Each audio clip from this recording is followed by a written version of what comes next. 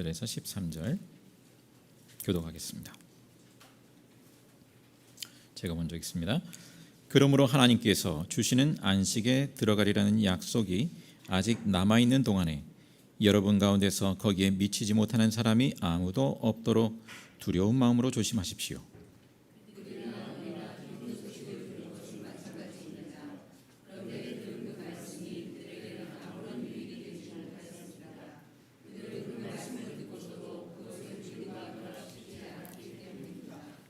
그러나 그 말씀을 믿은 우리는 안식에 들어갈 것입니다. 그것은 내가 진노하여 맹세한 것과 같이 그들은 결코 내 안식에 들어오지 못할 것이다 하고 말씀하신 그대로입니다. 사실상 하나님께서 세상을 창조하시고 모든 일을 끝마치셨으므로 그때부터 안식이 들어온 것입니다.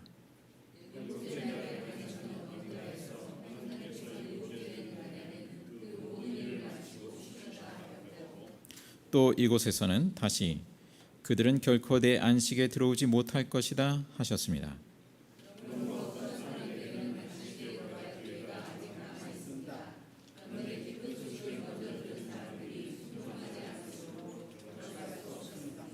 그렇지만 하나님께서는 다시 오늘이라는 어떤 날을 정하시고 이미 인용한 말씀대로 오랜 뒤에 다윗을 통하여 오늘 너희가 그의 음성을 듣거든 너희 마음을 완고하게 하지 말아라 하고 말씀하셨습니다.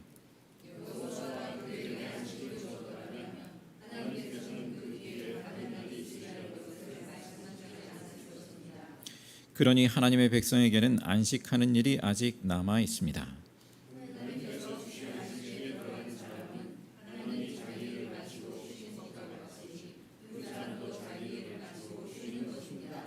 그러므로 우리는 이 안식에 들어가기를 힘씁시다. 아무도 그와 같은 불순종의 본을 따르다가 떨어져 나가는 일이 없도록 해야 하겠습니다.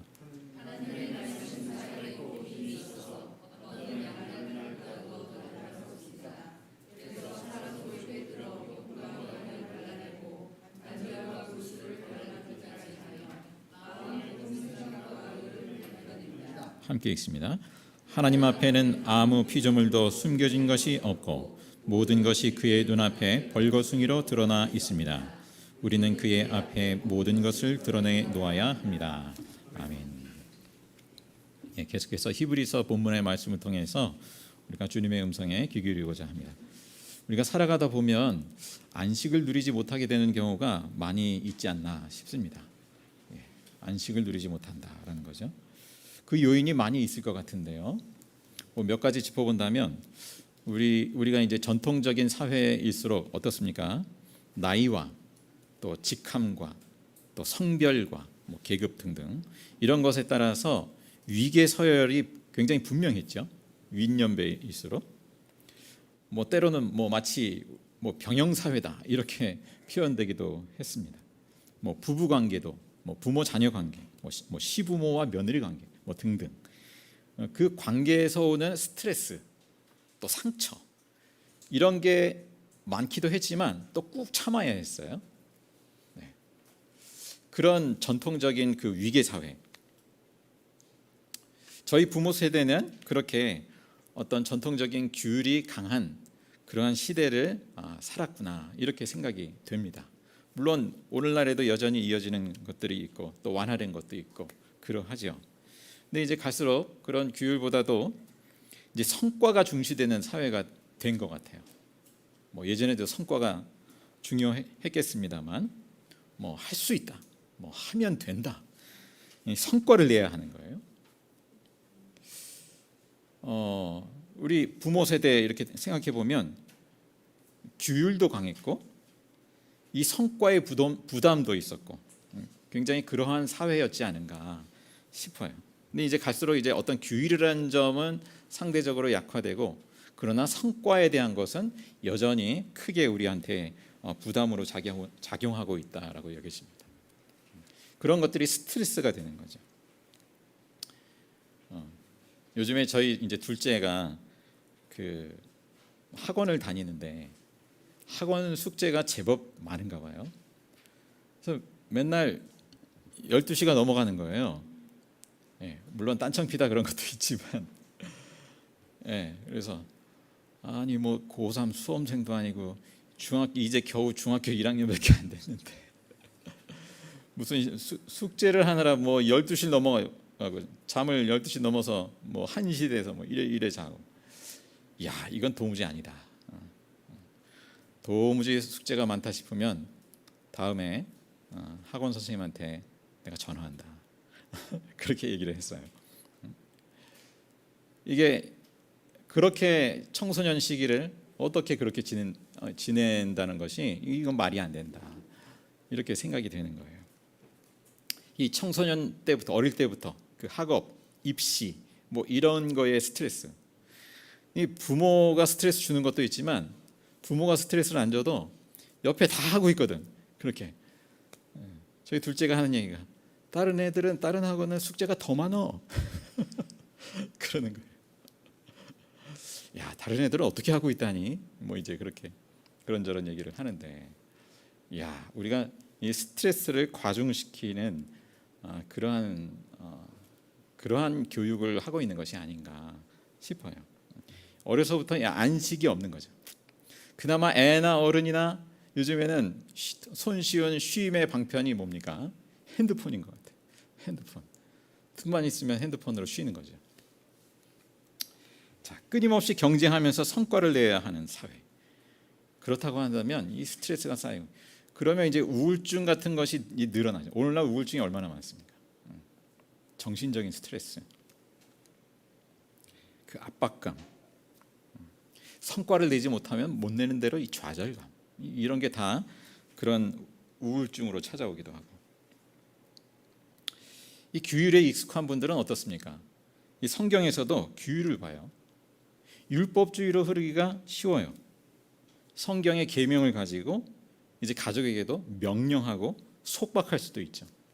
사실 윗세대는 그렇게 가정교육을 많이 하기도 했어요. 신앙교육을. 또 성과에 익숙한 분들은 어떻습니까? 성경에서 성과를 봅니다. 성과. 얼마나 많습니까?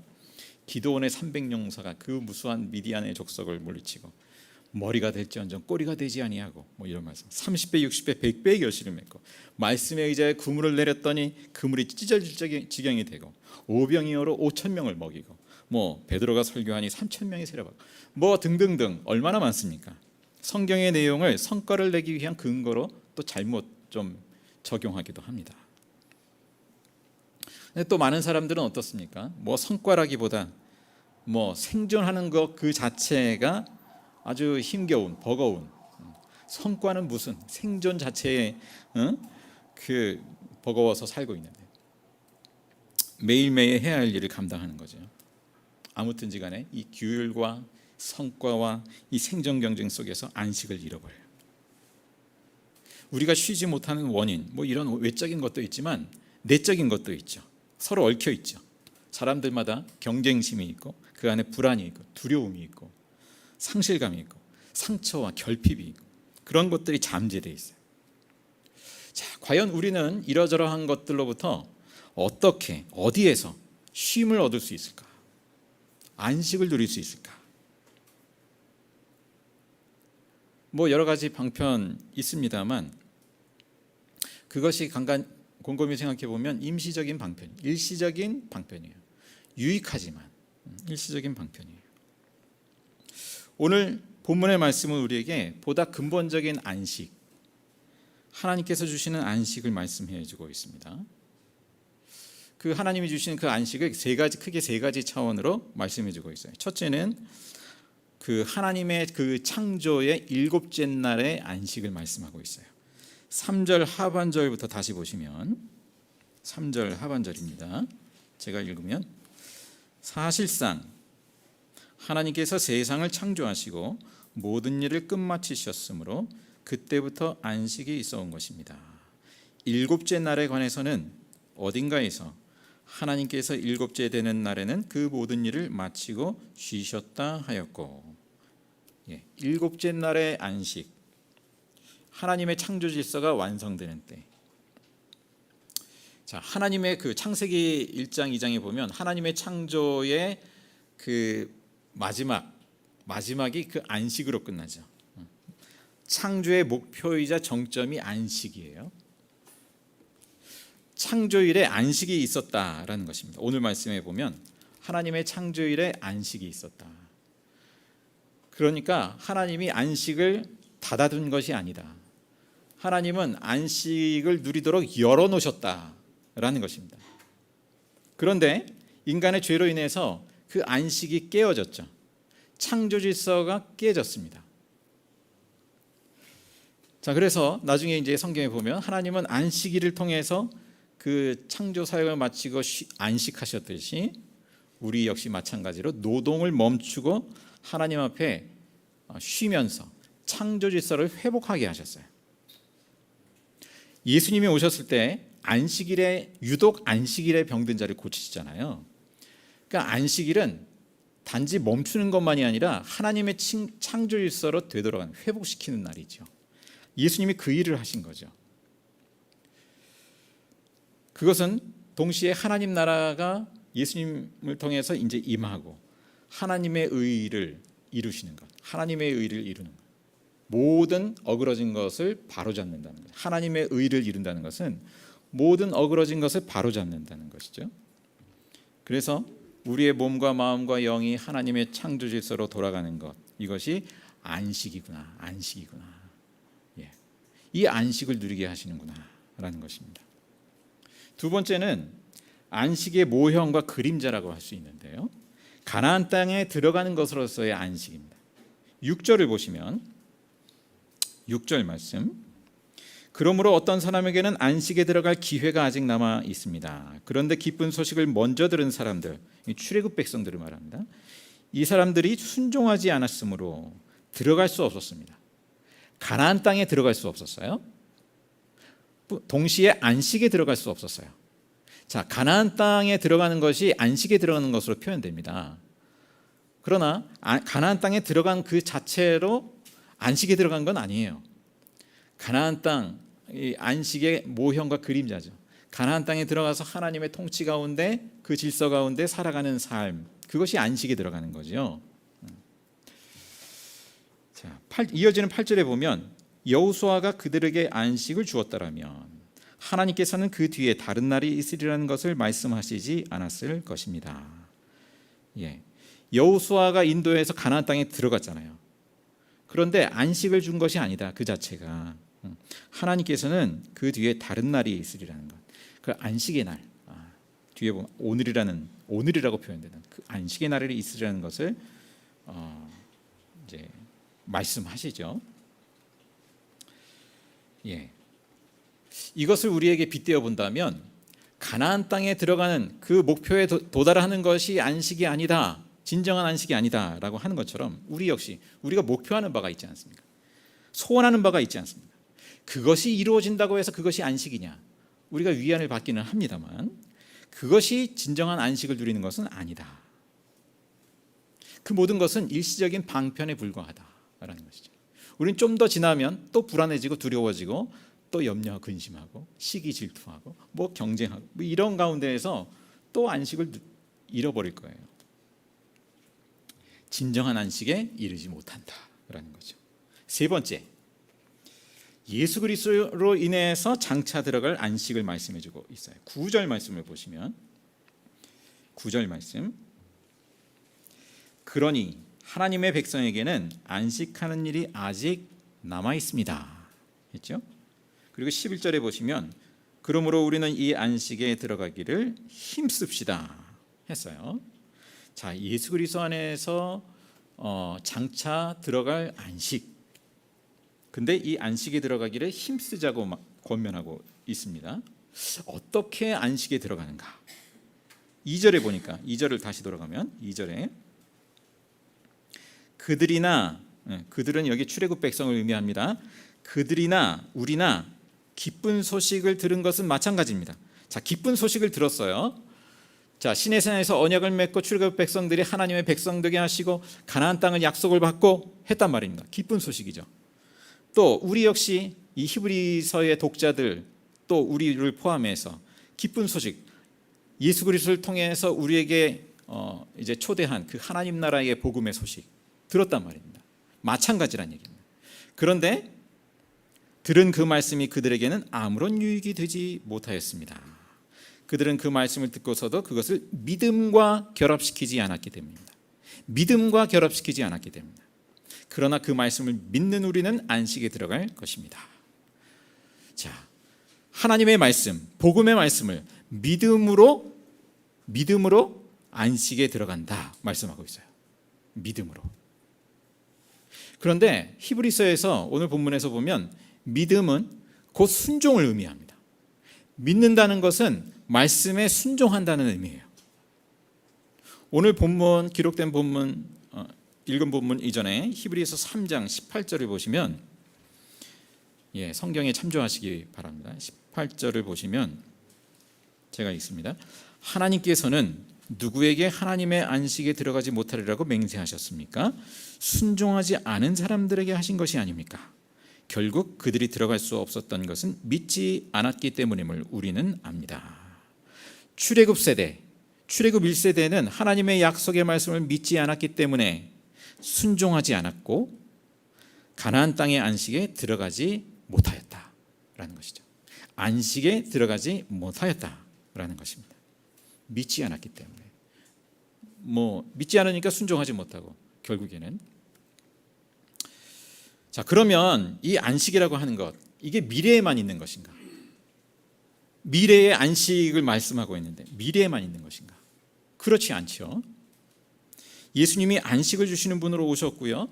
예수님 안에서 약속된 그 안식을 믿음으로 앞당겨 누리게 하셨단 말입니다. 히브리서는 오늘을 말씀하고 있어요. 오늘 믿음의 순종을 강조합니다. 자, 오늘이라고 표현된 것은 예수님이 다시 오실 때까지 남아있는 그 시간, 그 결단의 시간들. 매일매일의 오늘.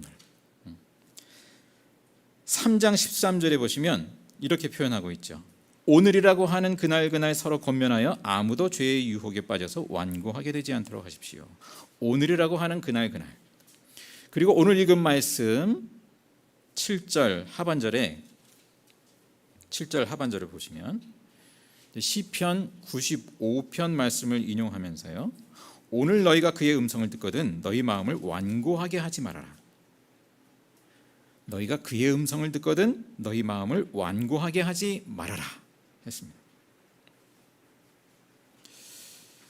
자, 하나님의 약속의 말씀을 들을 때 완고하게 하지 말고 믿음으로 듣고 순종하라는 말씀이죠. 그렇게 안식으로 들어간다. 자, 근데 어떤 점에서 그러면 믿음이 안식을 누리게 하는가? 어떻게 믿음이 안식을 누리게 하는가? 생각해 보세요. 자, 우리 인간이 안식을 누리게 하지 못하는 근원적인 문제는 뭡니까? 죄의 문제죠. 죄.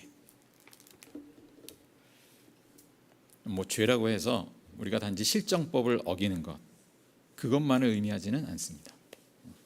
내가 누구를 때렸거나 누구를 정말 미워했거나 등등등 이런 것을 어긴 것만을 의미하지 않아요.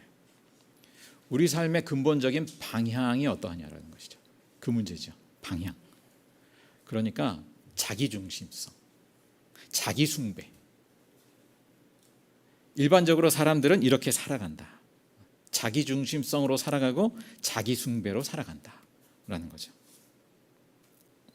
자, 예수님이 우리의 죄를 대신 담당하셔서 십자가에 죽으신 것은 단지 우리의 실정법을 대신 담당하셨을 뿐만 아니라 더 근본적으로, 근원적으로 우리의 죄의 짐을 지셨는데 그것은 우리의 그 자기중심성이라고 하는 것, 자기숭배라고 하는 것, 그런 근원적인 죄를 대신 담당하신 것이죠. 로마서 5장 8절 이하의 말씀을 기억해 보세요. 우리가 아직 죄인 되었을 때 말씀하시죠. 우리가 아직 원수일 때에 그리스도께서 우리를 위하여 죽으셨다.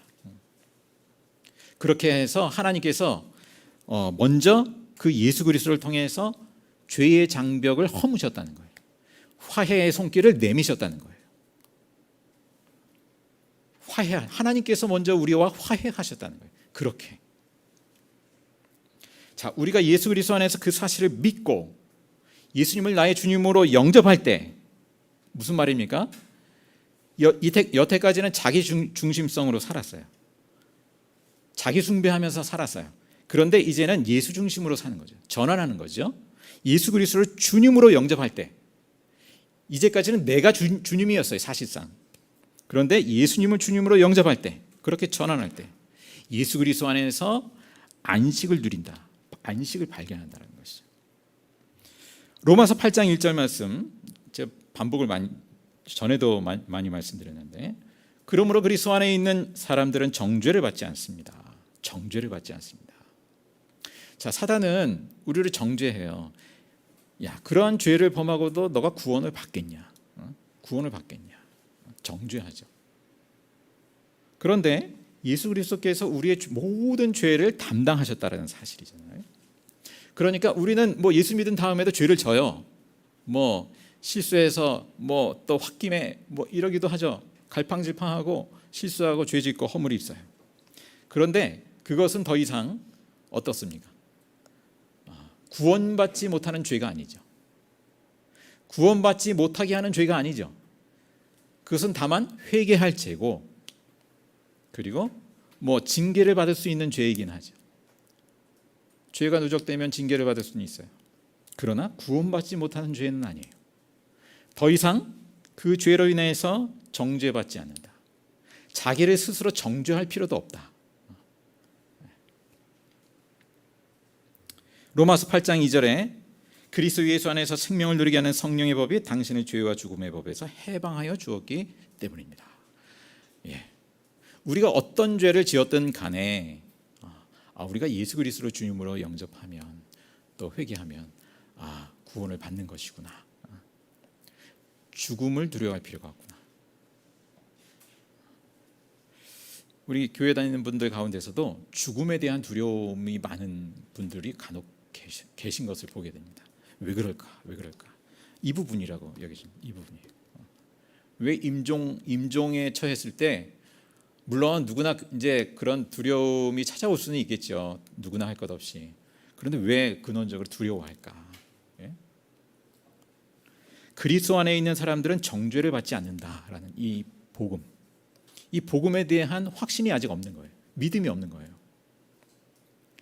자, 우리가 죄를 지었을지라도 예수 그리스도의 그 대속의 은혜를 의지하여서 정말 하나님과 화해된 관계가 되었다면, 그러면 두려워할 필요가 없는데,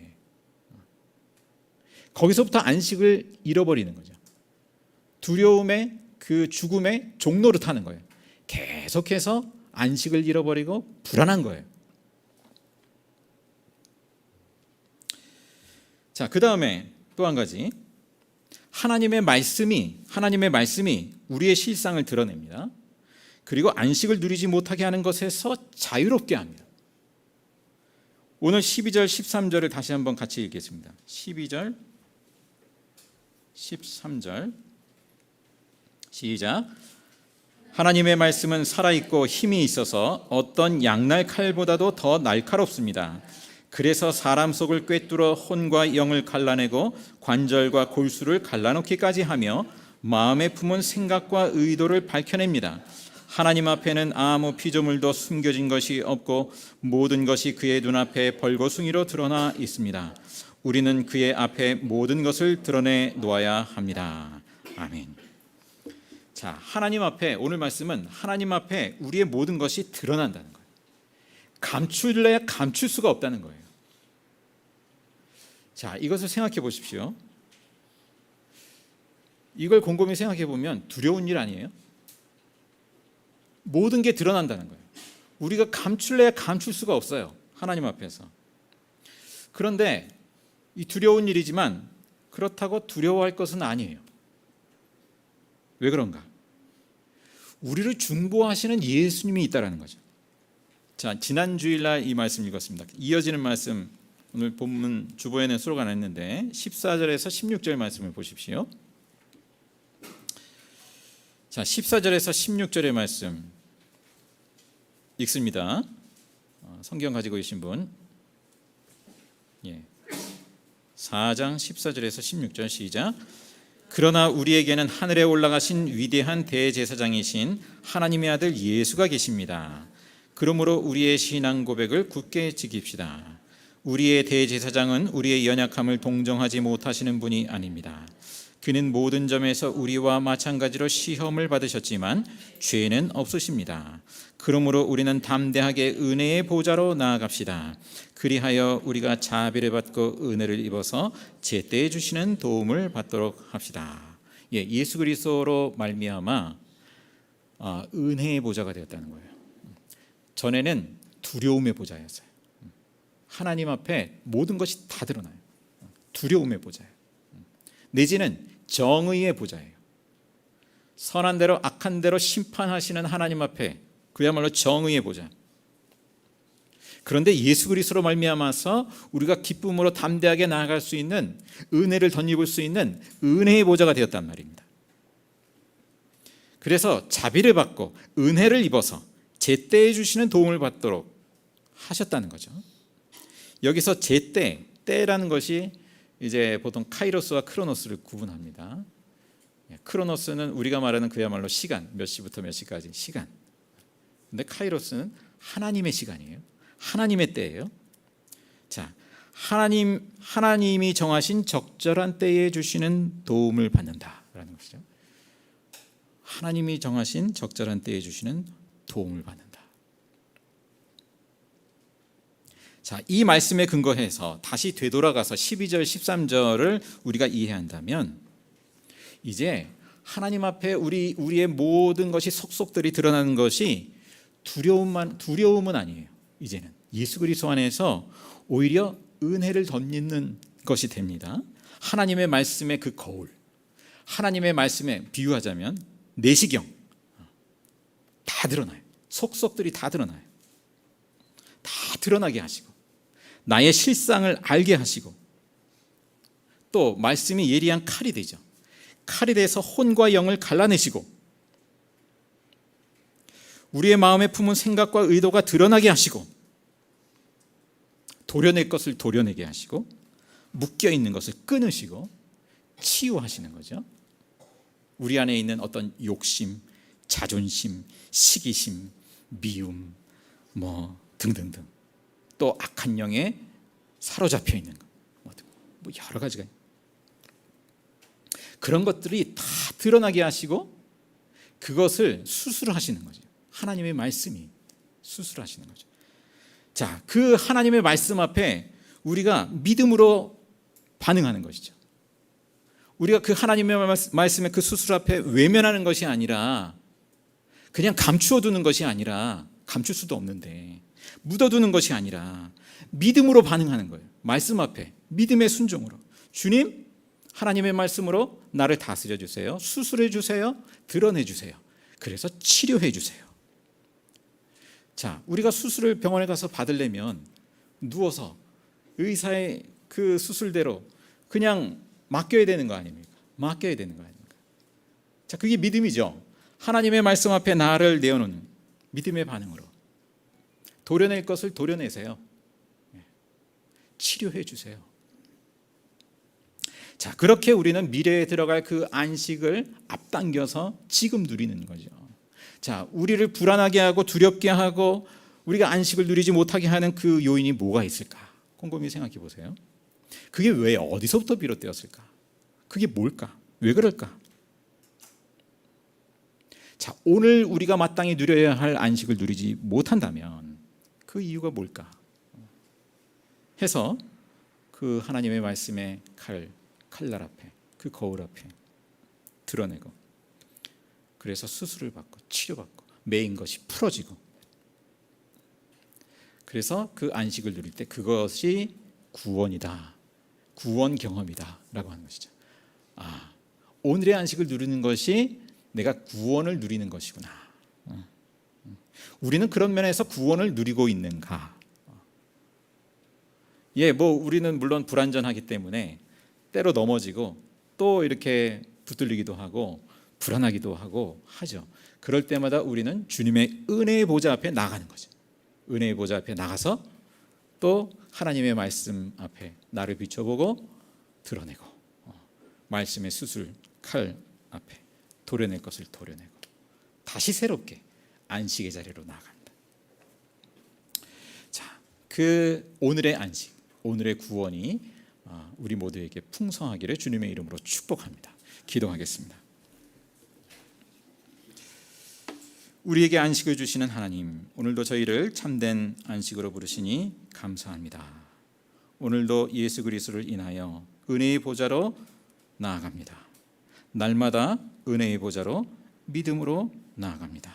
말씀의 거울 앞에, 말씀의 칼 앞에 나를 드러내고 나를 치유하시기를 나를 내어놓습니다. 주님 다스려 주시고 치료하여 주시고 매인 것을 풀어주시고 그리하여서 참된 안식을 앞당겨 누리는 나날의 삶이 되게 인도하여 주옵소서. 감사드렸고 예수님의 이름으로 기도드리옵나이다. 아멘. 다 함께 주님 가르치신 기도로 함께 기도하겠습니다. 하늘에 계신 우리 아버지의 이름을 거룩하게 하시며 아버지의 나라가 오게 하시며 아버지의 뜻이 하늘에서 같이 땅에서도 이루어지게 하소서.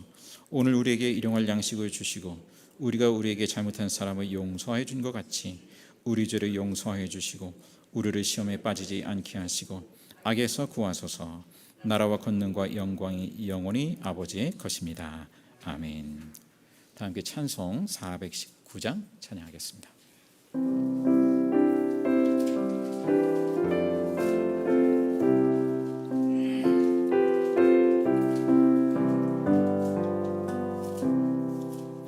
주 나에게 믿 내가 편안히 쉬네. 밤 깊고 비바람 불어쳐도 아버지께서 날 지켜주시니 거기서 평안히 쉬리로다. 주 날개 밑 평안하다. 그 사랑 끈을 차리려. 주 날개 밑 내 쉬는 영원히 거기서 살리. 주 날개 밑 나의 피난처 되리. 거기서 쉬기를 원하노라. 세상이 나를 위로치 못하나 거기서 평화를 누리리라. 주 날개 밑 평안하다. 그 사랑 끈을 차리려. 주 날개 밑 내 쉬는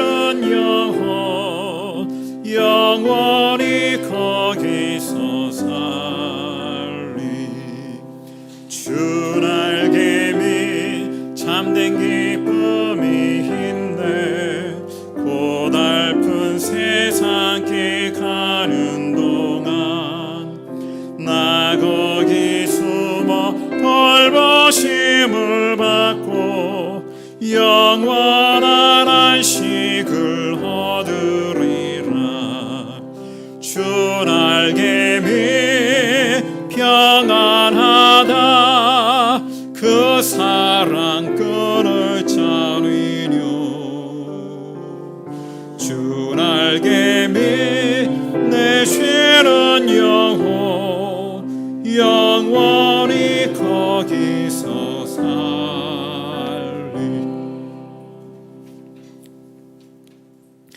이제는 우리 주 예수 그리스도의 은혜와 하나님 아버지의 사랑하심과 성령의 사귐이 이제 예수 그리스도 안에서 우리에게 누리게 하시는 그 안식을 믿음으로 누리며 또 믿음의 순종으로 또 안식에 참여하며 삶의 현장으로 나아가는 저희 모든 교우들 이 계례와 선교 현장 위에 이제로부터 영원토록 함께 하시기를 간절히 축원하옵나이다. 아멘.